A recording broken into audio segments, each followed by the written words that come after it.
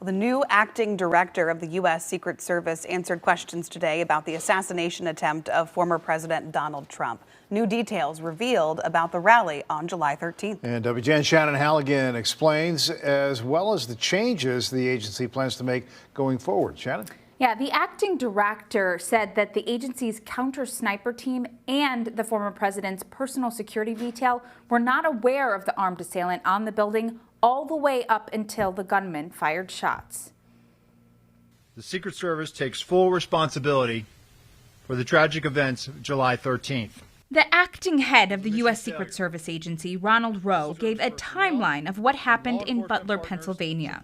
He said the agency is taking accountability for all of the missteps that led to the assassination attempt of former President Donald Trump. At 5:45 p.m., a local Butler County Emergency Services Unit counter-sniper team member texted the Secret Service counter-sniper team leader about a suspicious person and sent 2 photos of the individual, later identified as the assailant. Rowe said there were communication failures between local and federal agents. And it was nearly 30 minutes later that the shooter fired within 150 yards of Trump.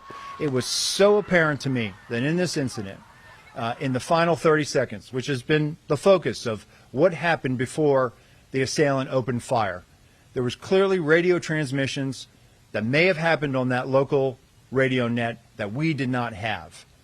And so we have to do a better job of co-locating, leveraging that counterpart system, and this is going to drive our operations going forward.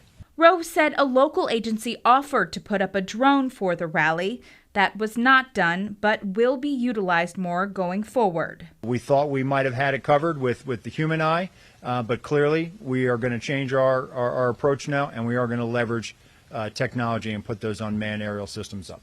The agency had promised that there would be accountability for any policy violations and that more protection will be provided, especially in the future. We are certainly, as we go into the Democratic National Convention, as we await picking up another candidate with the eventual naming of a vice presidential nominee from the Democratic side, we are going to staff that, and we're going to make sure that we have all the resources and assets necessary to provide that level of protection.